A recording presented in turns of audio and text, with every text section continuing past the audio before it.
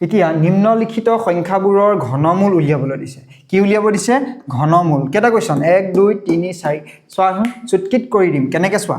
এতিয়া ইয়াত কিমান আছে ঘনমূল হয়নে কিউব ৰুটস হয় নহয় এটো ইয়াত ডাইৰেক্ট কৰি দিম কেনেকৈ কৰিম আমি যেনেকৈ বৰ্গ কৰিছিলো তেনেকৈ ইয়াত কিমান আছে 1 দেখিছা হয়নে কাৰ ঘন একৰ ঘন এটো গতিকে 1 হয়নে নহয় এই তিনটা সংখ্যা বাৰ দি এৰি দিয়া থাকিল কিমান 1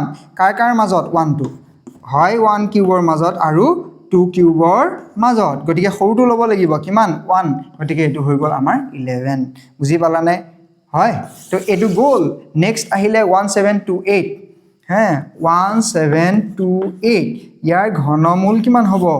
8 আছে 8 হলে কি হয় ইয়াত চোৱা টেবুলখনত 2 হয় গতিকে এপিনে আহি গ'ল 2 এই তিনটাক বাদ দিয়া কিমান থাকিলে 1 1 টু কাৰ মাজত